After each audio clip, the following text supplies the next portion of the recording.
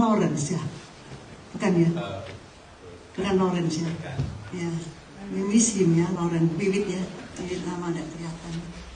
Oke. Ya, berhubung waktu kita akan tunduk kepala untuk masuk di dalam doa, biar roh Tuhan yang akan menolong kita. Kepadamu Bapa kami mengucap syukur dan bersujud sembah, bukan karena kami lebih gagah berani daripada orang lain, bukan kami lebih pandai daripada orang lain, tetapi semata-mata kasih karuniamu, sehingga kami boleh berdiri di tempat ini untuk menyampaikan sabdamu. Biarlah Roh Kudus yang bekerja, Roh Kudus yang mengurapi bibir lidah hambamu, Roh Kudus yang mengurapi setiap hati kami, dan Engkau yang akan menjamah setiap Tuhan kerinduan hati kami dan juga situasi daripada ruang kebaktian ini, supaya hanya kuasa Tuhan yang dinyatakan, tetapi Engkau akan nyah dan usirkan kuasa kegelapan, supaya hati kami terbuka kepadamu sebesar-besarnya, selebar-lebarnya, dan Engkau akan penuhi sepenuh-penuhnya. Terima kasih Bapak. Waktu ini milikmu, kiranya Tuhan sendiri bertata dan Tuhan yang menikmati penyembahan kami, supaya dengan hati, dengan roh kami menyembah Engkau. Terima kasih Bapak, beri iman yang kokoh untuk menerima sabdamu. Dalam Kristus Yesus kami berdoa dan mengucap syukur. Amin. Saat ini kita akan membicarakan yaitu tentang kado atau hadiah unggul yang di dalam dunia. Saudara mengetahui bahwa setiap kita selalu merasa satu kerinduan kalau kita hidup dalam dunia ini, menerima sesuatu hadiah atau kado ataupun sesuatu yang tidak pernah kita pikirkan tetapi kita dapatkan. Nah, itu adalah kebanyakan berasal daripada orang yang mengasihi kita.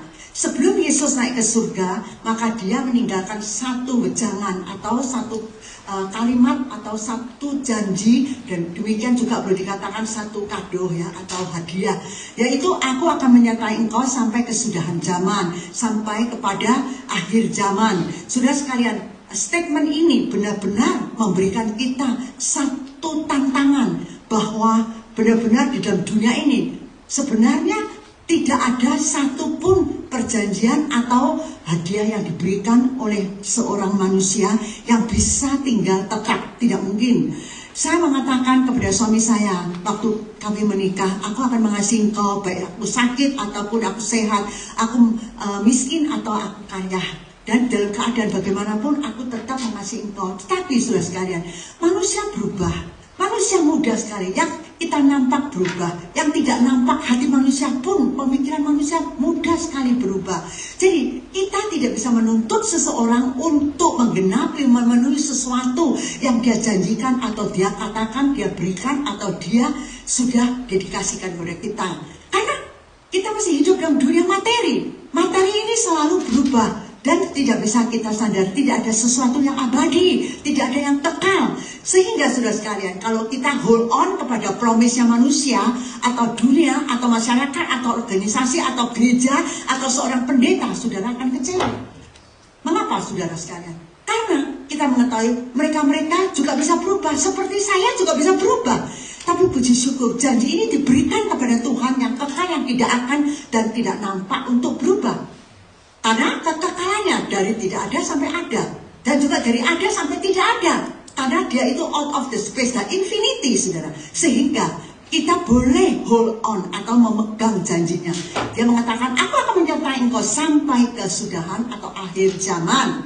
Saudara sekalian, biarlah perjanjian ini merupakan satu hadiah yang telah tersedia untuk tahun 2023. Benar-benar saudara sekalian, tahun ini ada orang-orang yang sudah predestinasikan, mengatakan tahun ini akan tahun yang susah, banyak bencana, banyak kesusahan, banyak kesulitan, ekonomi merosot, dan mungkin perang dunia ketiga dan lain sebagainya. Tetapi juga ada orang yang positif sekali mengatakan tahun ini tahun berkat, tahun ini adalah tahun di mana Yesus akan datang kedua kali, karena bait Allah di Yerusalem sudah sedang direncanakan dan juga sudah dikumpulkan bahan-bahan untuk dibangun kembali.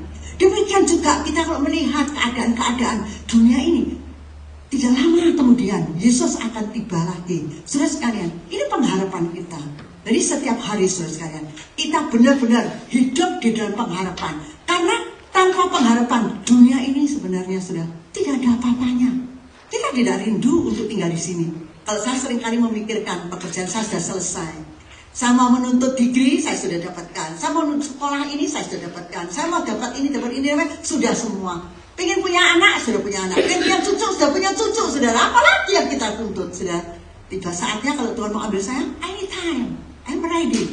Tapi saudara sekalian, Tuhan bilang, no, it's not your time yet. Not your time. Saudara sekalian, waktu saya pertama meninggalkan kota Fresno untuk pensiun. Saya pikir mau pensiun pertama ya. Wah, belum umur 60 loh sudah mau pensiun. Presbyterian langsung telepon saya. Phoebe, too young for you to pension, to do the pension. No. Still a lot of work for you to do. Bangun, katanya. Kerjain apa yang kita perintahkan. Oke, sudah. Akhirnya kali ini saya pensiun kedua, saudara. Saya harap tidak pensiun lagi ya, saudara ya. Pensiunnya di surga ya. Tapi puji syukur, saudara. Benar-benar, saudara. Bukan you say you only pension and then is that count. No. Adalah apakah Tuhan mau kau berhenti? Seringkali, saudara sekalian, bagi orang yang tidak suka melayani, saya mempunyai satu rekan kerja. Begitu tiba umur 65 tahun, dia pensiun. Lalu tiap hari dia pergi ke pantai pancing ikan. Saya bilang, aduh, kamu sekolah Alkitab kok cuma pancing ikan tuh. Dia bilang, loh, sudah pensiun katanya. Dan juga saya di sana kalau ketemu orang saya menginjil kok. Iya, kapan kamu ketemu orang? Ketemunya ikan, saya bilang. Lalu dia bilang, kenapa kamu kok masih melayani? Saya kalau pulang Indonesia, dia bilangnya, saya tidak mau tindak gereja apapun untuk khotbah, tidak mau. Tapi saya kalau di Indonesia, saudara, aduh, tiap minggu itu khotbah 3-4 kali, saudara. Aduh, jadi tambah, bukannya vocation, tapi tambah sibuk, lebih sibuk daripada di Amerika. Jadi saya memikirkan, apa saya salah atau dia yang salah? Apa dia yang benar atau saya yang benar? Tidak ada jawaban. Tapi saya bilang, kamu diberkati, kamu umur 65 sudah tidak perlu kerja, tidak perlu pelayanan. Tapi saya bilang, saya melayani bukan karena saya perlu uang, bukan karena saya perlu pekerjaan, tetapi karena ada kebutuhan. Jadi saudara sekalian, itulah yang memberikan satu keyakinan bahwa benar-benar hadiah yang Tuhan katakan, aku akan menyertai engkau sampai kesudahan zaman, itu diaplikasikan dalam hidup kita, saudara. Karena Tuhan menyertai kita, apa yang tidak bisa kita lakukan? Ada orang yang mengatakan, wah, Ibu Fitri kok tidak tua-tua ya katanya. Padahal saya sudah berkerut semua ya, tapi mereka mengatakan tidak tua-tua. Mungkin melihat saya masih lincah ya, khususnya saya kurus begini ya, bisa lompat-lompat naik loteng, turun loteng, tidak pernah sakit kaki ya, lutut tidak pernah sakit. Mengapa saudara sekalian? Bukan saya lebih sehat dari kalian. Waktu saya masih kecil, ayah saya mengatakan anak ini tidak bisa panjang umur karena saya pucatnya sekali. Kalau saya di seminari khotbah ya, tiap kali mimpin khotbah ya, itu teman-teman pria di bawah itu gemetar. Takut saya kalau pingsan di mimbar, saudara. Karena pucat muka saya tuh. Nggak suka makan sayur, nggak suka makan daging, makannya nasi sama air putih itu gimana? Nggak mungkin lebih sehat ya. Puji syukur, saudara. Saya sekarang sudah umur 70-an, saudara. Bayangkan saya masih hidup, saudara. Saya masih ada kekuatan. Saya lebih lincah dari saudara loh. Benar. Makanya saudara sekalian, bukan karena apa? Karena hadiah yang sudah diberikan. Tuhan berjanji akan menyertai engkau sampai kesudahan zaman, sampai kepada akhir zaman, saudara. Nah, saudara sekalian, hadiah ini sebenarnya, saudara sekalian, kita akan hari ini memakai sedikit waktu untuk menikmati dan juga melihat makna daripada hadiah yang unggul ini. Yang pertama, saudara, Yesus mengatakan, aku akan menyertai engkau sampai kesudahan zaman. Artinya kita itu memiliki keseluruhan daripada Tuhan. Jadi apa yang Tuhan miliki adalah milik kita. Ayat 18 dikatakan, Yesus maju depan mengatakan, segala kuasa di surga dan di bumi sudah diberikan kepadaku. Maka selanjutnya dia bilang, pergilah begini dan begitu. Nah, satu amanat agung yang sudah diperintahkan. Tapi sebelum itu dia mengatakan, segala kuasa di surga dan di bumi telah diberikan kepadaku. Apa artinya, saudara sekalian? Kalau Yesus diberi kuasa, kuasa itu juga milikku, saudara. Aku juga diberi kuasa. Karena aku memiliki Yesus. Dan Yesus beserta aku sampai akhir zaman. Maka kuasa di surga dan di bumi pun milikmu, saudara sekalian. Itulah pengucapan syukur, satu perjanjian yang boleh kita pegang dengan erat. Karena saudara sekalian, kalau kita melihat, saudara, ya, segala sesuatu kuasa, satu negara maju, satu negara turun, runtuh. Saudara, kalau sekarang kita mengatakan China itu seperti the waking lion, saudara. Seperti satu singa yang dibangunkan, saudara. atau satu raksasa yang dibangunkan, saudara. Sebetulnya benar masalah, saudara. Mungkin betul, mungkin salah, saudara. Mengapa, saudara sekalian? Karena kalau kita melihat berapa puluh tahun sebelumnya, China dalam keadaan yang sangat melarat, sangat miskin, sangat susah, bencana, perang saudara, pembunuhan dan lain sebagainya, saudara. Jadi banyak orang dari China melarikan diri keluar semua, keluar ke negeri lain, saudara, untuk mencari nafkah hidup, saudara. Bahkan banyak datang ke Amerika cari American Dream. Tetapi saudara sekalian, saat ini beda, saudara sekalian, beda. Mungkin ada orang mengatakan predik ya, China bisa menjadi negara nomor 1 di dunia. Tapi saya tidak berani mengatakannya. Tapi saudara sekalian, benar-benar kalau saudara melihat baik di video di mana saja, saudara, kabar lain sebagainya, di dalam pembangunan, dalam ekonomi, di dalam perkembangan teknologi, di dalam segala sesuatu, saudara. Mereka menciptakan bulan yang buatan, matahari buatan. Mereka bisa menciptakan kereta api di bawah samudera, saudara. Nanti melewati dari China ke Rusia dan juga sampai ke Eropa dan juga sampai ke Indonesia, saudara. Bayangkan, sekarang sudah bekerja mulai. Kalau kita melihat, yaitu semangat mereka bekerja, saudara. Aduh, tenaga muda. Mereka di tempat yang tinggi, yang bahaya, dan juga salju yang dingin sekali, mereka kerja. Maka ada satu video saya lihat ya, seorang Indonesia yang mengatakan, nah kita itu ketinggalan, kapan Indonesia bisa seperti China? Bedanya, mereka kerja tidak pernah mengenal kelelahan, tidak pernah ada vacation, tidak pernah istirahat. Kalau kita sedikit-sedikit sudah sakit kepala, sedikit-sedikit sudah minta libur dan lain sebagainya. Saudara sekalian, memang kalau kita melihat semangat kerjanya, kita tidak bisa membandingkan. Tetapi saudara sekalian, semuanya itu hanya tenaga manusia. Tapi kita puji syukur kepada Tuhan. Bagi orang-orang yang memiliki Tuhan Yesus Kristus, maka kita memiliki keseluruhan dari Tuhan Yesus, bukan sebagian, saudara. Maka Alkitab terus memerintahkan, penuhilah dengan Roh Kudus. Satu statement perintah, saudara. Penuhilah, tuntutlah dipenuhi Roh Kudus. Bukan bolehlah, mintalah. Kamu kalau mau bisa, tidak.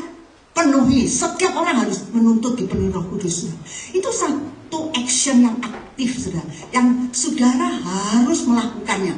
Dengan melakukan dipenuhi Roh Kudus, setiap kita itu adalah kita mempunyai bilik-bilik dalam hati kita itu dipenuhi oleh Roh Kudus. Dan Yesus sendiri akan memiliki semua apa yang di dalam kita. Dan kita memiliki apa yang dalam Tuhan Yesus. Nah, saudara sekalian, kita memiliki Yesus itu beda dengan kita memiliki seseorang dan dunia.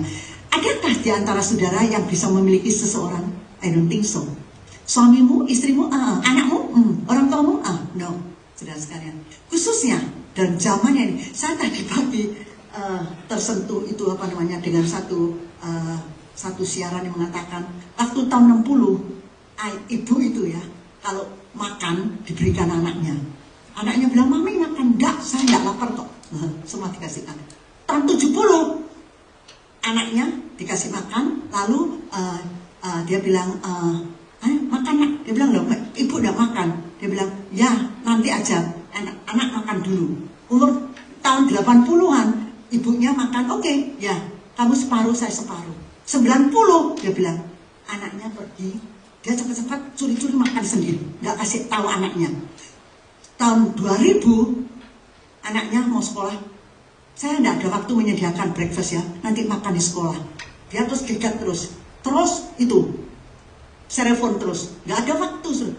Jadi ibu-ibu sekarang kualitinya apakah mundur? Saya tidak mengatakan demikian ya saudara. Itu tidak 100% ya. Saya sendiri bukan ibu seperti demikian ya.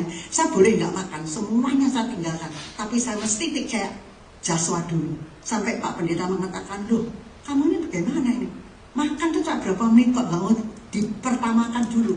Saya tidak bisa makan kalau semua belum beres. Jadi saya mesti kasih Pak Pendeta sedia makanan, kasih Jaswa makan, baru saya makan. Jadi seringkali sudah terlalu lelah ya, nggak ada nafsu makan. Memang itu adalah kelemahan saya. Tapi saya merasa saya tetap sehat dan juga Tuhan tetap memberkati saudara. Nah, jadi setiap manusia, setiap ibu itu berbeda.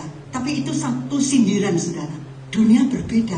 Saudara tidak bisa memiliki seseorang keseluruhannya. Dan saudara tidak memiliki seseorang dari dahulu, sekarang, dan selamanya. Tapi kita bisa memiliki Yesus keseluruhannya, saudara. Mengapa? Kita mau punya hidup Yesus dalam kita. Dan kado penyertaan Tuhan sampai akhir zaman itu sudah digenapkan dalam janjinya. Dan kita boleh aplikasikan atau kita boleh ambil tindakan untuk menyatakan dalam kehidupan kita sehari-hari. Saudara sekalian, seringkali kita mengatakan, oh, kalau saya dalam kesusahan, Yesus meninggalkan saya. Tidak, Yesus sebetulnya mendampingi kita. Ingat waktu Nabi Elia digertak oleh permaisuri, ya, lalu dia melarikan diri. Dia mengatakan, sudahlah Tuhan, saya ambil nyawa saya saja. Saya tidak melebihi nenek moyangku. Karena lihat sekarang di dalam dunia ini tinggal saya sendirian yang menjadi nabimu. Tapi Tuhan bilang, tidak, saya sudah menyimpan berapa ratus orang yang tidak pernah berlutut dan tidak pernah mencium, yaitu berhala untuk namaku. Aku menyimpan mereka. Jadi mereka itu adalah orang-orang yang satu garis peperangan dengan engkau. Jadi bukan cuma engkau, saudara. Kita sering katakan, aku sudah cinta Tuhan. Aku banyak pelayanan dalam gereja. Sebetulnya saudara sekalian, kurang. Kenapa? Kalau kita mengatakan Tuhan menyertai aku sampai kesudahan zaman, saudara. Apa yang Tuhan berikan kepada aku? Tuhan mengasihi kita dan mengasihi sampai kesudahan zaman, saudara. Kalau kita melihat sikap ya, saudara. Di sini, saudara. Kejadian ya minggu-minggu yang sebelumnya, yaitu di Syria dan di Turki ada gempa bumi, saudara. Dan gempa bumi ini sebetulnya belum pernah terjadi dalam sejarah mungkin, atau pernah lama sekali baru terjadi, ya saudara. Sudah sekarang ini lebih dari 35.000 orang yang tewas, saudara. Tapi saudara sekalian, di dalam kesengsaraan ini kita selalu doakan gereja-gereja dan juga orang Kristen, hamba Tuhan selalu mendoakan, yaitu victim-victim atau keluarga yang ditinggalkan. Tapi di dalam cerita ini kita mendapatkan banyak cerita yang menyentuh hati, saudara. Umpamanya ada seorang baby 2 bulan ditemukan, saudara. Entah anaknya siapa. Terus ada seorang ibu hamil melahirkan anak di tempat untuk penyelamatan. Lalu ada seorang kakak perempuan, ya, dia menahan batu di kepalanya untuk menyelamatkan adiknya supaya tidak kena batu. Lalu yang tersentuh dalam hati saya, saudara, yaitu cerita tentang seorang ayah ditemukan, saudara, yaitu jasanya ditemukan, atau badinya ditemukan, jenazahnya ditemukan. Waktu ditemukan dia itu berlutut, saudara, dia membungkuk, saudara. Waktu ditarik keluar, kaget, saudara, ada dengar suara anak kecil nangis. Ternyata ada anaknya itu dilindungi oleh ayahnya. Ayahnya membungkuk itu menutupi anaknya supaya tidak kena runtuhan-runtuhan dari puing-puing tersebut, saudara. Wah, itu satu cerita. Anak ini kalau hidup selanjutnya, saudara, mau tidak mau dia akan tersentuh dan juga akan mengasihi ayahnya atau mengingat ayahnya seumur hidupnya. Yaitu demi dia, ayahnya sudah mengorbankan nyawanya. Bukankah demikian Yesus Kristus, saudara? Dia ingin menyertai kita sampai kesudahan zaman. Nyawanya sudah diberikan di atas kayu salib untuk saudara dan saya. Maka janjinya itu boleh dikatakan berlaku dan juga berfungsi, abadi dan kekal untuk selama-lamanya. Mengapa, saudara? Karena kita boleh memiliki Yesus dan keseluruhannya, saudara. Kuasanya kita miliki. Maka Tuhan berani mengutus murid-muridnya, pergilah, ya, jadikan bangsa-bangsa muridku. Dan juga saudara, amanat agung sudah diserahkan kepada murid-muridnya yang ditinggalkan di dalam dunia. Sekali lagi, saudara, kita melihat dalam dunia ini, saudara, kita boleh tidak mempunyai apa-apa, tapi tidak boleh tidak mempunyai Yesus Kristus. Ada seorang saudari mengatakan kepada saya, ini adalah anak muda kita dari gereja Chinese di Fresno, ya. Dia berasal dari Hong Kong. Dia menikah di San Jose area. Baru-baru ini dia mempunyai seorang anak yang kedua. Dia punya 3 anak. Anak kedua ini sejak lahir ada kelainan, yaitu mentalnya ada problem, saudara. Selalu depres. Tidak ada apa-apa depres, saudara. Jadi akhirnya anak ini umur 21 atau berapa, ya, kira-kira 2 bulan yang lampau, ya, di apartemennya bunuh diri, saudara. Wah, ini satu pukulan besar. Waktu saya dengar, saya telepon dengan dia. Saudara, kita sudah lama tidak kontaknya. Lalu saya doakan. Lalu dia kirim saya video untuk funeral service-nya, saudara. Akhirnya, saudara, sungguh-sungguh sangat touching ya saudara. Tidak ada tangisan, tidak ada apa ya dan lain sebagainya. Tapi ini sekarang masalah saudara, satu problem. Anak ini diselamatkan nggak? Ke surga nggak? Nah ini saudara, satu tanda tanya yang besar. Baru-baru ini kemarin dulu dia tulis sama saya, dia bilang tolong doakan saya akan pulang ke Hong Kong. Orang tua saya sudah tua dan mama saya itu Alzheimer. Padahal saya kenal mamanya, saya pernah ke rumahnya mengunjungi di Hong Kong. Lalu dia bilang, jadi sudah tidak mengenali orang, saya akan ke sana. Lalu dia bilang, terima kasih perhatiannya. Kok mengerti, dia bilang, kok mengerti hati saya. Dia bilang, dia tiap hari menangis. Dia pergi ke McDonald, dia selalu kelihatan anaknya namanya Matthew, selalu kelihatan Matthew. Karena Matthew waktu lulus dari high school, dia kerja di McDonald. Saya melihat dia bagaimana menyambut customer, lalu menyediakan makanan dan bagaimana membawa tray. Jadi saya selalu pergi ke McDonald untuk ingat memorinya anak saya Matthew. Jadi aduh kesedihan itu nggak bisa saya utarakan. Saya pakai beberapa ayat, saya mendoakan, saya berkata-kata kepada saya. Dia akhirnya dia mengatakan, saya terima kasih kok dimengertikan. Lalu dia bilang, tapi orang di gereja saya semua tidak bisa terima kalau dia itu diselamatkan. Dia mesti ke neraka. Wah saudara sekalian, ini memang pukulannya. Sudah kehilangan anak, orang gereja tidak mengerti, bilang ini bunuh diri mesti tidak diselamatkan. Tapi dia bunuh diri bukan dia sendiri yang mau bunuh diri sudah, karena dia mental illness. Lalu saya menjawab, dia bilang, who are they? They have no right to judge Matthew, saya bilang. Mereka bukan Tuhan. Tuhan itu adil. Dan Tuhan itu kalau menjadi milik kita, kita tuh kita memiliki keseluruhannya Tuhan, keselamatan juga. Walaupun ada kelemahan, ada kuasa, kegelapan, tapi Tuhan itu akan merengut dan juga akan memberikan yang terbaik. Tuhan yang adil tidak akan forsake your Matthew, saya bilang.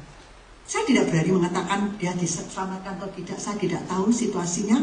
Saya tidak tahu dia ikut kebaktian remaja atau enggak, tapi saya cuma, ini ya saudara, kalau menghibur orang itu ya, harus pandai saudara.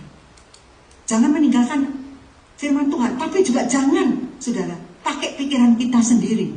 Lalu kita menjatuhkan orang lain saudara. Sudah tahu kalau sudah orang kehilangan anak ya saudara, masih dikatakan, oh dia tidak diselamatkan. Itu seperti palu ya, memukul hatinya saudara. Susah sekali. Itu is not kurang hati yang compassion ya saudara. Jadi itu sangat kasihan ya. Jadi puji Tuhan, nanti saya bilang kamu sudah tiba di Hong Kong, adakan mungkin FaceTime atau apa video dengan saya mau ngomong sama mamamu, saya mau injilin sebelum dia terjadi apa-apa. Walaupun dia Alzheimer, tapi saya yakin saya kirim fotonya mamanya sama saya orang dua. Dia bilang, oh sekarang mama saya sudah beda, sudah tua, sudah gini. It's okay.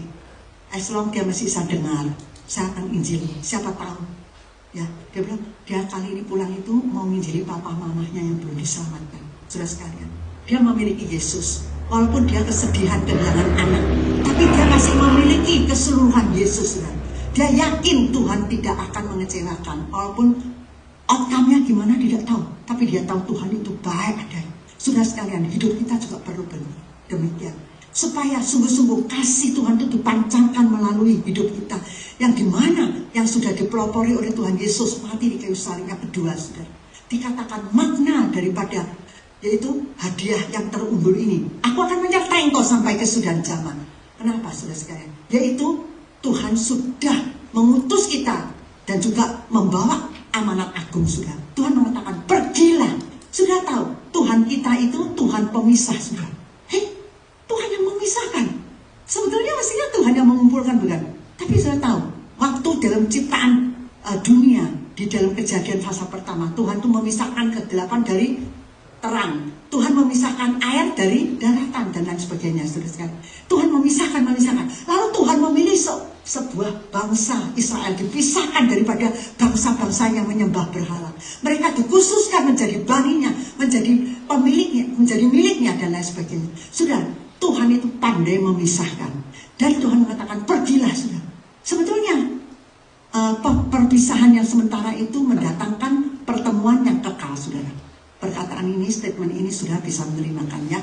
Jadi seringkali kita berpisah dengan kekasih kita, tapi suatu hari kita ketemu untuk selama-lamanya sebenarnya. Saya berpisah dengan orang tua saya, tapi nanti di Firdaus saya akan ketemu orang tua saya untuk selama-lamanya, saudara. Maka saudara sekalian, Yesus mengatakan, pergilah, seolah-olah mengusir, pergi meninggalkan Yerusalem. Tuhan mengizinkan pada abad 1, abad 2, saudara, satu penganiayaan tiba kepada orang Kristen di Yerusalem. Mestinya mereka itu rukun, hidup rukun, tiap hari datang gereja, masak bersama-sama, lalu memecah roti, makan bersama-sama.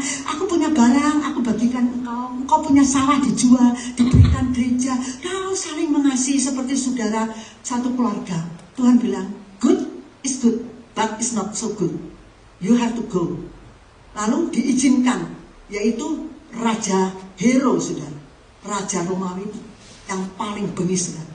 Dia yang membunuh Rasul Paulus, dia yang membunuh Rasul Petrus, saudara. Dan juga di bawah tangannya Heroes ini, dia membunuh ribuan orang Kristen. Dia itu enjoy melihat kota itu dibakar, saudara. Dia tuh duduk di atas loteng, saudara, melihat seluruh orang membakar seluruh kota. Lalu kesalahannya dilemparkan kepada orang Kristen, mengatakan orang Kristen yang gila, maka membakar kota ini. Lalu orang Kristen dikejar kemana-mana, dibunuh semua. Lalu dia senang, dia melihat darah itu senang, saudara. Itu Raja Heroes, saudara. Akhirnya dia gila, saudara. Nah, Tuhan mengizinkan. Begitu aniaya menimpa, saudara, apa yang terjadi? Mereka itu berpencar, semua pergi ke tempat-tempat lain. Sambil pergi, sambil membawa Injil Tuhan. Firman Tuhan dibawa. Jadi firman Tuhan itu dibawa ke Yerusalem, dari Yerusalem, Samaria, dari Yudea, dari sampai ke ujung bumi, saudara. Mengapa? Karena ada aniaya. Mereka tidak bisa tinggal terus di Yerusalem untuk buka gereja dan lain sebagainya. Tidak bisa. Saudara, Tuhan itu Tuhan pemisah yang kejahatan dari kebaikan, dari dosa dari kebaikan. Jadi seringkali, saudara sekalian, kalau kita terlalu nyaman, saya ingat dulu kita punya seorang saudara, jangan terus tinggal di dalam gereja, tidak pernah misi. Ini kita seperti petak, kita dipetak. Siapa yang ngomong? Ingat nggak? Kita seperti di satu kotak gitu. Jadi kita itu seperti katak di bawah tempurung, tidak bisa melihat langit di atas kita itu begitu besar dan luas. Jadi mata kita itu terlalu sempit, akhirnya tengkar satu dengan lain, ya. Jadi satu dengan lain, kelompok ini dengan kelompok ini terus bertengkar. Mengapa? Saya lihat kamu lihat aku. Kamu tidak beres, kamu ya tidak beres.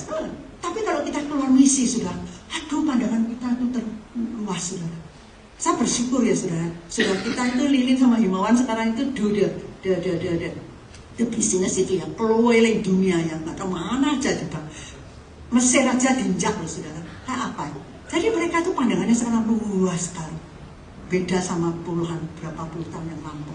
Beda. Mereka sekarang ya orang juga beda. Mengapa? Oh, dunia itu bukan sampai segini loh. Oh, itu. Jadi hatinya bisa lapang, saudara. Kalau hati lapang, saudara sekalian, apa yang kita lakukan, saudara sekalian? Kita bisa carry on, yaitu the great commandments, saudara. Yaitu amanat agung. Pergilah, saudara. Nah, pergi ini untuk kebaikan gereja, untuk kebaikan kita, saudara. Di Filipina, di Manila, ada sebuah gereja kecil, saudara. Pendetanya itu namanya Chen, ya. Dulu tinggal di Beria dan juga sudah meninggal, ya. Nah, Chen Guo Musu, ya. Nah, itu anehnya gini, gerejanya kecil, nggak kaya, saudara. Tapi mereka ngutus 30 lebih misioneri keluar. Gereja mereka yang support, mereka tuh persembahannya uangnya berapa puluh persen dikasihkan untuk mendukung misioneri. Tapi gerejanya diberkati Tuhan, jadi gereja membawa berkat kemana-mana. Gereja kecil, tapi gereja yang hidup, saudara. Saudara sekalian, kita perlu melihat, ya, tuayan sudah menguning, saudara. Kita tidak bisa lihat dalam aja, kita harus lihat keluar. Nah, ini adalah satu amanat agung, pergilah. Lalu dia bukan saja pergilah, jadikan bangsa-bangsa muridku. Bangsa-bangsa itu apa? Inclusiveness. Inklusif itu apa artinya, saudara? Yaitu tidak dibatasi itu. Dia itu melewati batas dari tembok-tembok, yaitu melewati ethnicity yang berbeda. Saya kulit kuning, tapi ada kulit putih yang perlu, kulit hitam perlu, kulit merah perlu. Injil Tuhan. Saya beritakan, mengapa? Saya harus available. Availability itu, saudara, ya, kemampuan saya persediaan saya itu untuk menjangkau setiap orang itu di depan saudara. Saudara, sebetulnya next door, neighbor itu adalah mission field kita. Ya, tetangga kita itu sebelah kita itu adalah yaitu objek kita menginjili. Saya mempunyai seorang tetangga di sini ya saudara. Memang dulu sudah tetangga, sekarang tetangga lagi ya. Wah, dia senang saya kembali ke Fresno ya. Lalu sekarang setiap minggu tuh 2-3 kali dia telepon saya, dia kasih makanan dia. Dia itu orang Kamboja ya. Makanannya kan sedikit beda ya saudara. Ya pedas-pedas, ya sedikit seperti makanan Indonesia, tapi aneh-aneh gitu. Ada kalanya saya lihat, tak berani makan. Tapi saya paksa makan, saya bilang, demi menghormati ya, saya makan. Terus satu kali saya dikasih bubur sayur, tapi ada darah sudah, dedeh itu darah. Lalu saya ambilin semua, tapi ya saya tetap makan buburnya. Saya kasih tahu, next time jangan kasih saya dedeh. Saya orang Kristen, saya tidak makan dedeh ya. Saya sudah berapa puluh tahun tidak pernah makan darah. Tapi saya tetap makan bubur kamu, cuma dedehnya itu ya saya buang. Oh oke, understand. Dia sering kali ngasih tahu saya, saya tidak suka makan tahu yang dibikin seperti tahu yang kering itu loh saudara. Saya sering kasih itu daun-daunan, saya kasih cokak dan lain sebagainya itu ya. Jadi gak usah dimasak, dimasukkan kulkas itu ya, lembang itu ya. Dia bilang dia tidak suka, suaminya tidak suka. Oh oke, kalau gitu lain kali saya kasih. Jadi kita ini sekarang tukar-tukaran, dengan tukar-tukaran terus dia tuh mulai cerita isi hatinya saudara. Saya terus doa, tiap malam saya doa, Tuhan buka hatinya supaya saya bisa menginjili. Dia sebetulnya punya rumah di LA. Jadi setiap bulan dia pergi ke LA 2 minggu, balik sini 2 minggu. Terus saya bilang, lu kamu mau pergi terus toh? Dia bilang, kamu dulu ya juga gitu, pergi terus. Sekarang baru balik, saya nggak bisa ngomong sudah. Tapi ya sudah sekalian, anehnya gini sudah. Dia bilang, aku tidak rela menjual rumahku di Fresno karena ada kelenteng. Aku di sini tiap hari bisa pergi kelenteng sembahyang. Wah, ini kalau itu budaya. Wah, saya terus doa Tuhan, buka hatinya supaya satu kesempatan saya bisa menginjili dia. Nah, sudah tetangga itu lebih baik daripada saudaramu yang jauh. Saudara. Betul. Kamu punya saudara tinggal di luar state, luar kota, lebih baik kamu punya tetangga yang baik. Makanya jangan tengkar dengan tetangga, rukun saudara dengan tetangga. Saya mau punya satu jemaat ya di BR ya. Tiap hari tengkar dengan tetangganya Mexican saudara. Sampai dia sampahnya dibuang di backyardnya, terus dia juga sampah dibuang. Saya bilang, aduh ngapain gitu? Mbok ya coba, kau bikin kue ya, kasih dia. Kok enak gitu? Oh ya bikin kue. Kalau kamu mau, aku yang bikin kue, tak kasihkan. Supaya dengan cinta kasih memenangkan dia. Akhirnya dia bilang, oke musuh, saya belajar ya. Sekarang katanya sudah baik. Dulunya kalau ketemu begini-begini saudara, aduh suaminya juga keluar ya, aduh dan lain sebagainya. Waduh dia ada betah-betah tinggal di rumah itu. Tetangganya jahat katanya. Saya bilang, tetangga itu lebih dekat dari saudara. Kita harus mengasihi tetangga kita. Siapa tahu dalam saat yang kebutuhannya dia bisa menolong kita, saudara. Nah itu penting sekali. Nah ini adalah out of the topic, saudara. Tapi sudah sekalian, benar-benar kita melihat amanah agung dikatakan yaitu bangsa-bangsa kita harus reach out, kita harus menjangkau. Jadikan muridku. Murid itu apa? Murid itu sebetulnya Inggrisnya disciple. Disciple itu model murid dan model pelajar, saudara. Jadi murid itu cuma orang yang mempunyai hidup Yesus, yang terima Yesus sebagai juru selamat. Tapi disciple beda. Disciple itu adalah orang yang percaya dan memegang doktrin yang diberitakan dari Yesus. Dan juga melakukan doktrin tersebut. Dan juga dia berani membayar upah, yaitu segala upaya untuk merealisasikan doktrin yang dia pegang, yang dia percaya, dia lakukan. Nah saudara, itu adalah disciple. Jadi Tuhan di dalam Alkitab tidak pernah mengatakan, jadikan bangsa-bangsa ini orang Kristen. Tidak. Jadikan bangsa-bangsa muridku. Muridku itu adalah disciple, saudara. Dia tidak pernah make them a Christian. Istilah Kristen ada zamannya Yesus, nggak ada sampai zamannya Paulus. Ya, di Antioch, sudah. Baru mereka itu orang-orang yang memberitakan Injil disebut Kristen, Kristus kecil, saudara, atau teladan Yesus atau lain sebagainya.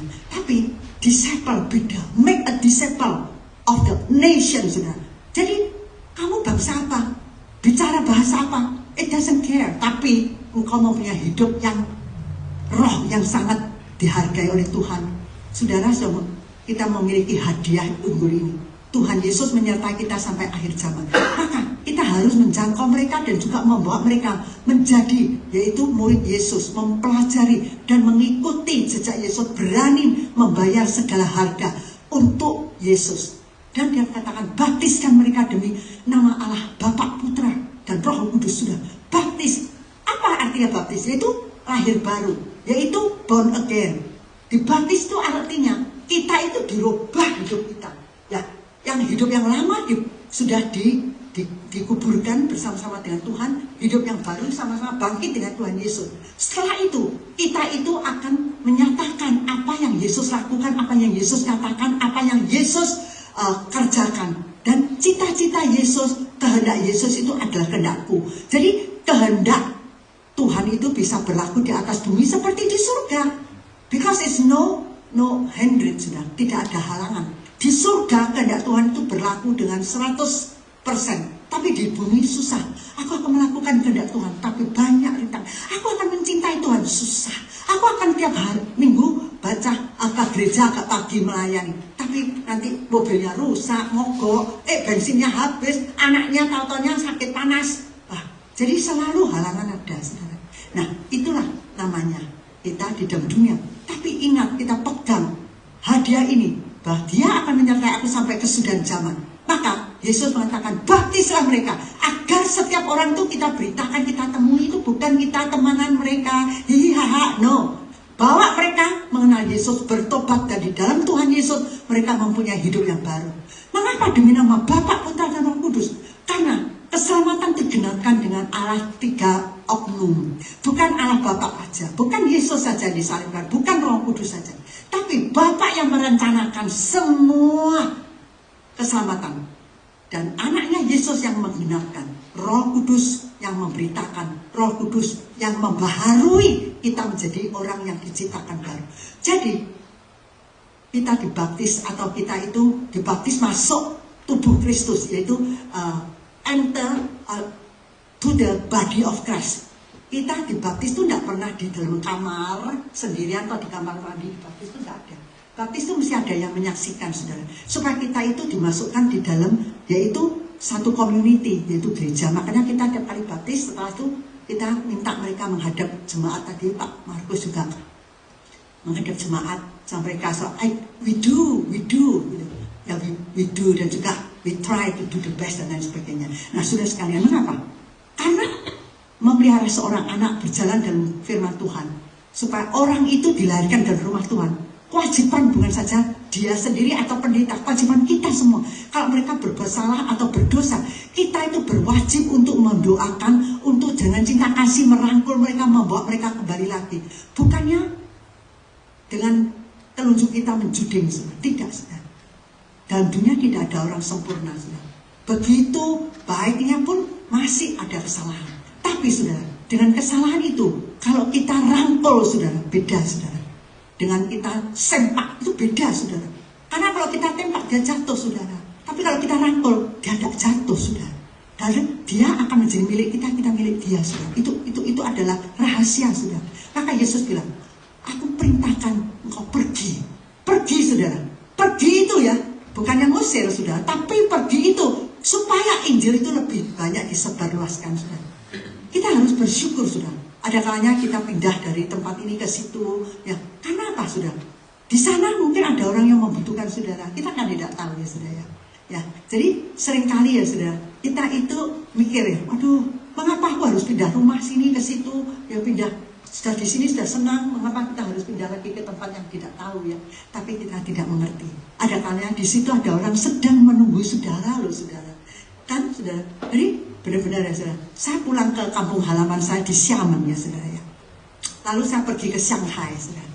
Nah, di sana ada seorang bekas anak muda saya dari Surabaya, tapi dia anaknya itu guru Inggris di sana, menikah dengan orang Australia, lalu dia ngajar. Lalu ini orang tuanya juga ikut anaknya di Shanghai. Lalu saya diminta nggak boleh tinggal di hotel, tinggal di rumahnya, supaya mengerti adat-adat mereka. Di Shanghai itu kota besar. Lalu sudah sekalian, di Shanghai itu memenangkan tiga jiwa, saudara. Yang pertama, saudara, saya itu dari Xiamen terbang ke Shanghai. Lalu di pinggir saya itu ada seorang anak muda. Dia itu mau kemana gitu ya, kita ngobrol-ngobrol. Kamu tahu agama Kristen? Tidak tahu. Mau saya ceritain? Please, katanya. Anak muda loh, sudah. Saya cerita, ya. Lalu saya berikan sharing itu apa namanya? Apa? Ya. Lalu dia mau terima Yesus sebagai juru selamat. Ya. Iya, saya cerita. Karena II paling cepat sudah. Lalu, tapi II tidak menjamin orang sungguh-sungguh diselamatkan, ya, cuma ambil decision gitu. Lalu dia bilang, oke, saya itu tidak pernah dengar agama Kristen, tapi mulai hari ini saya mulai akan belajar. Lalu saya kasih buku kecil, ya, kasih dia. Itu seorang, tapi dia janji, dia bilang dia mesti ke gereja. Yang kedua, saudara, saya pergi ke pasar, diajak sama teman saya beli ikan. Nah, tukang ikan itu, nah teman saya bilang, oh orang ini pernah tak ajak-ajak ke gereja gitu. Coba pendeta tuh nginjilin.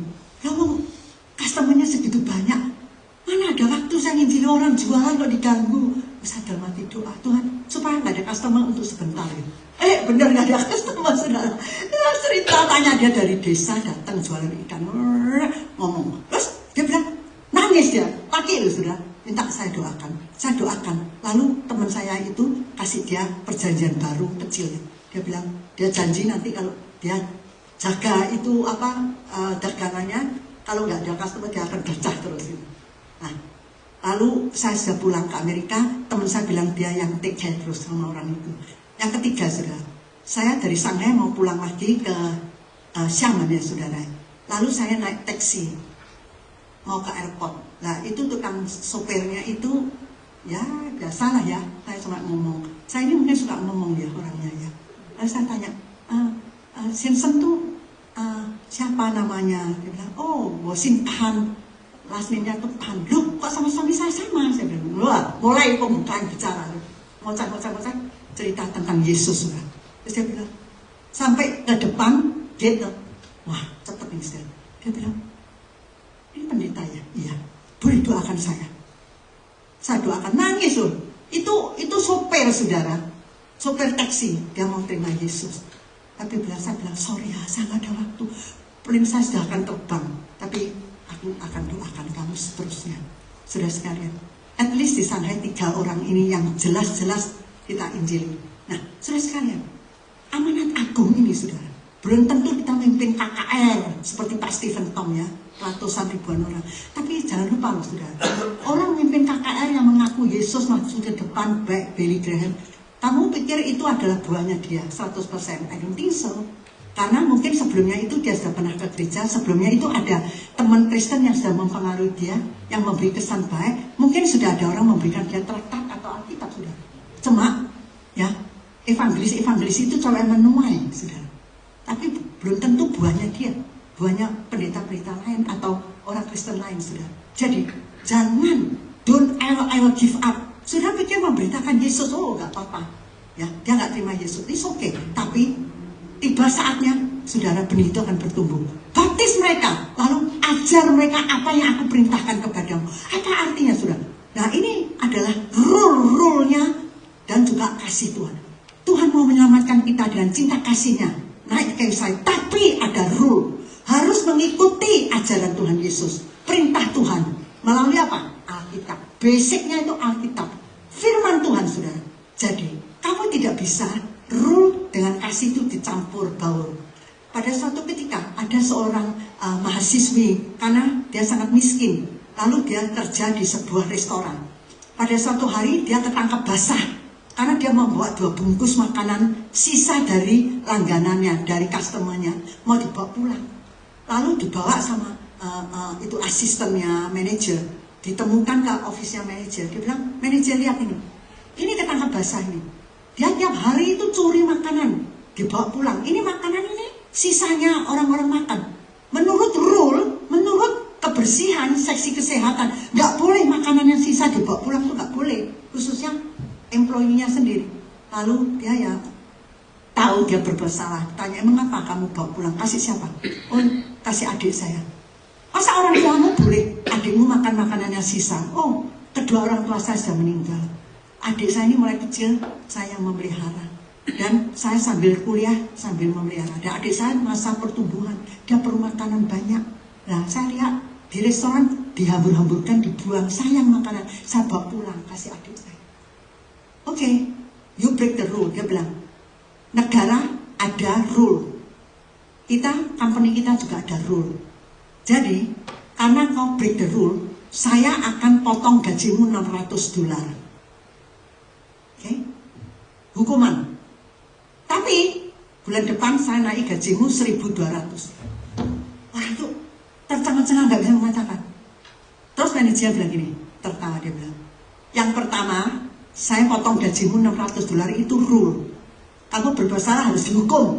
Tapi yang kedua itu adalah cinta kasih. Itu adalah kado. Itu adalah hadiah. Nggak ada syaratnya. Cuma saya kasihkan, saudara sekalian. Bukankah demikian Yesus?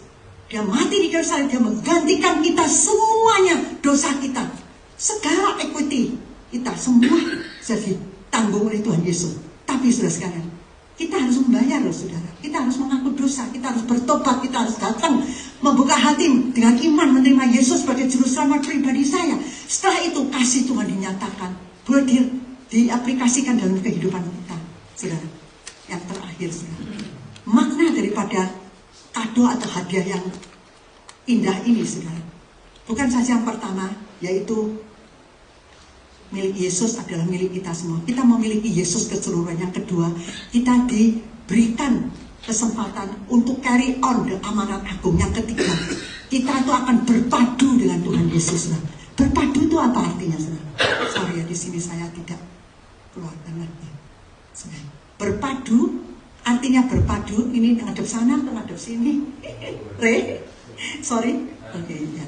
Nah, berpadu, ya. Berpadu itu artinya saya menjadi satu dengan Tuhan, Tuhan menjadi satu dengan saya. Setelah kita terima Yesus sebagai juru selamat, saudara, kita menjadi umatnya, anaknya, kita menjadi, yaitu warisannya, warisan surgawi.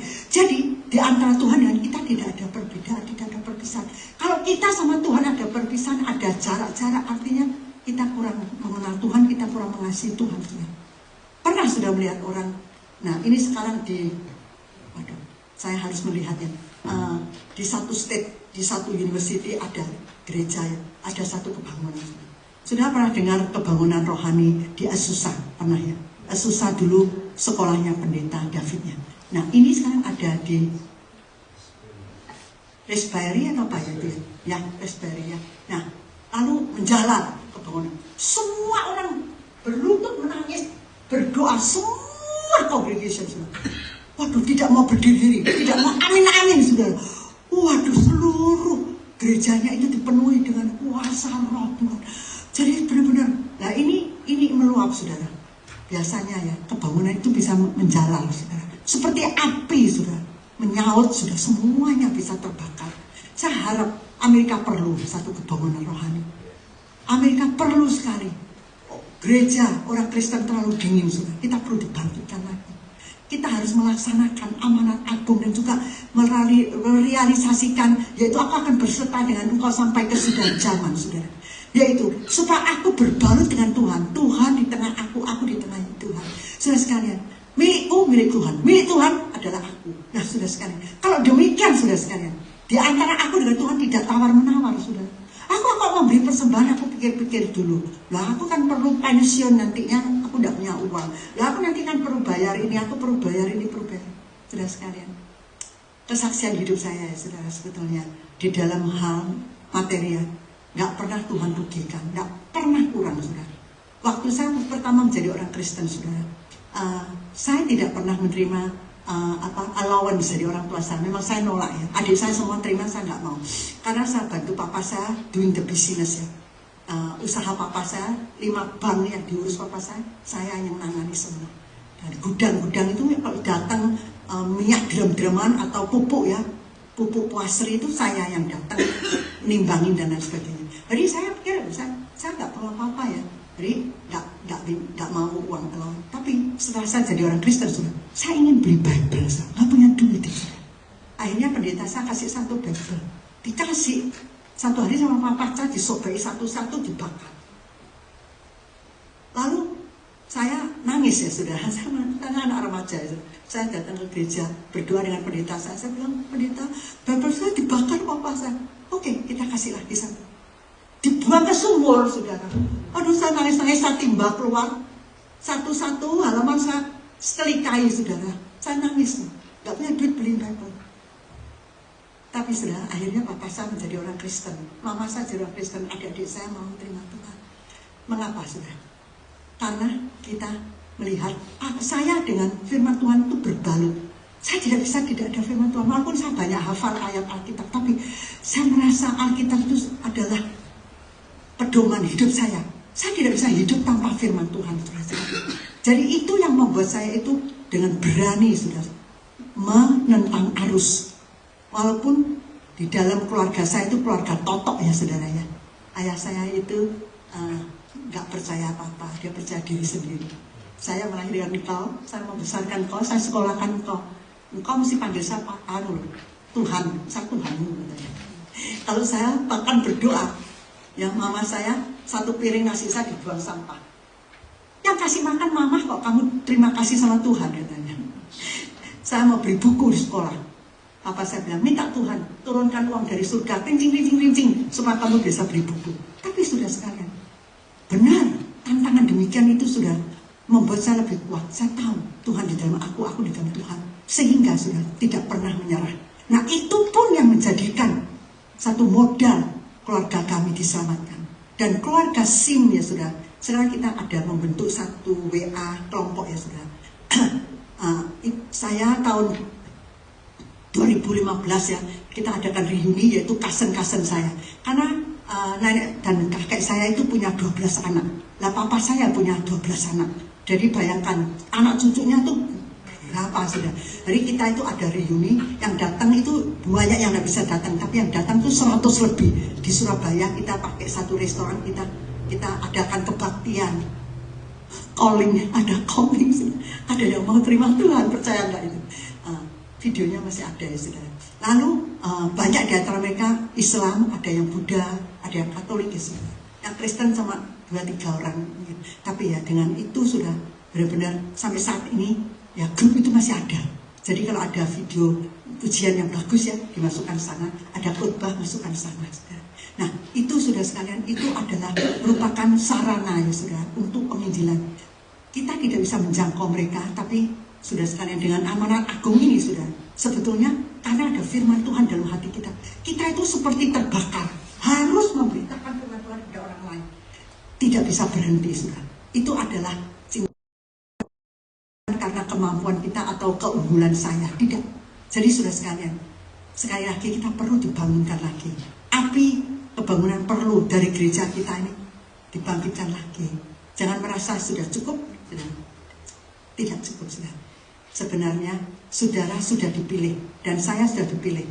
Makanya kita harus menjadi saluran berkat. Tahun 1995, seorang Kristen pergi ke sebuah dusun di Afrika. Dia membagikan Alkitab. Seorang pria,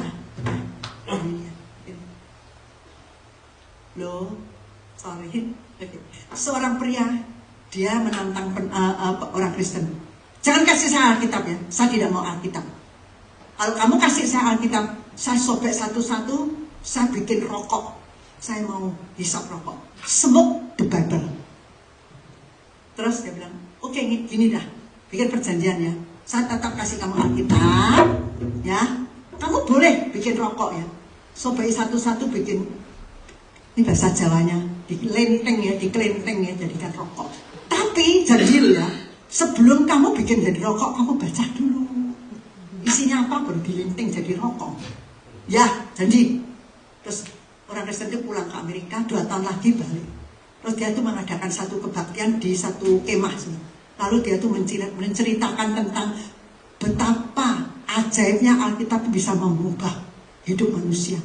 Tahu di tengah-tengah ada seorang berdiri. Kamu ingat saya nggak? 2 tahun yang lalu itu saya dikasih Alkitab. Saya mau merokok Alkitab. Tapi kamu minta sebelum merokok harus dibaca. Saya sudah merokok seluruh Injil Matius.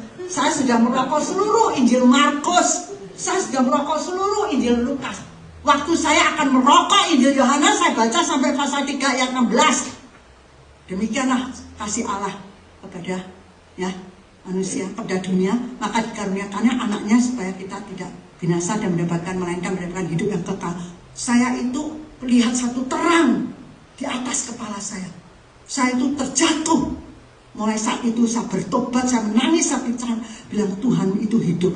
Tuhan yang saya rokok ini, Tuhan hidup. Tuhan Alkitab itu Tuhan hidup. Mulai hari ini saya mau dedikasikan diri saya. Saya mau ceritakan Alkitab pada orang lain. Saudara sekalian, ini perintah Tuhan. Sudah, ya, perintah. Engkau ajar mereka supaya mereka mematuhi. Lalu aku akan menyertai engkau sampai kesudahan zaman, saudara. Nah, ini puji syukur kepada Tuhan. Karena saudara sekalian, bukan kita yang memilih Tuhan, bukan kita yang mencari Tuhan, tapi Tuhan yang mencari kita. Seringkali saya dengar seorang Kristen di area gereja saya ya memang dia itu cinta Tuhan lah ya. Dia kalau doa gini, oh Jesus, oh I love you, Jesus thank you, I love you, I love you. Akhirnya saya rubah, kamu daripada doa I love you, kamu bisa doa, oh Tuhan, engkau mencintai aku mencintai engkau karena engkau mencintai aku dahulu. Nah sekarang dia belajar, oh Tuhan, terima kasih aku mencintai engkau, tapi engkau mencintai aku terlebih dahulu. Kalau enggak, seolah-olah jasanya dia, oh I love you Jesus, oh I love you. Wah seolah-olah dalam gereja itu dia paling rohani gitu.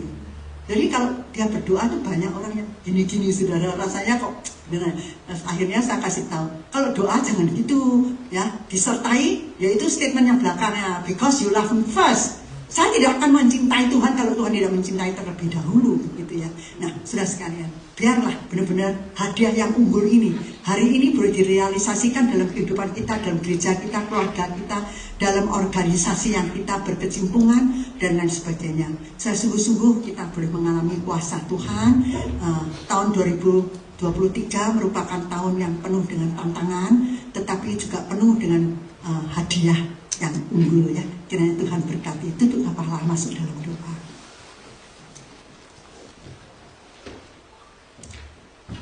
Kepada Bapak kami mengucap syukur, walaupun kami tidak layak, tetapi kami sudah dilayakkan.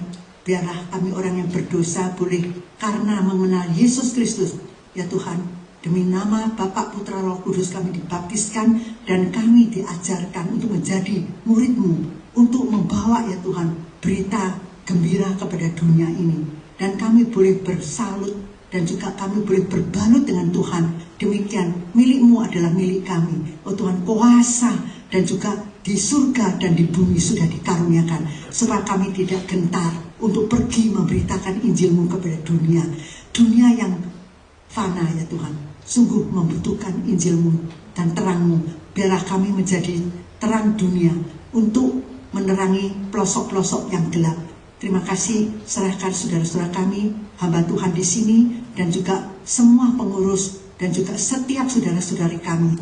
Khususnya mereka yang mempunyai kesulitan, masalah, mempunyai sakit penyakit, kami lift up ya Tuhan, doakan Tuhan Tante Laini ya Tuhan. Kiranya Tuhan jamah, kiranya Tuhan sendiri yang akan memberikan satu kekuatan yang baru. Tuhan, Engkau yang menciptakan organ-organ tubuhnya. Saat ini organnya kalau ada masalah, Tuhan yang repair, Tuhan yang jamah, Tuhan yang sembuhkan. Tuhan berikan kekuatan kepada Tante Leni supaya dia mengalami mujizat. Dalam Yesus Kristus kami berdoa dan mengucap syukur. Amin.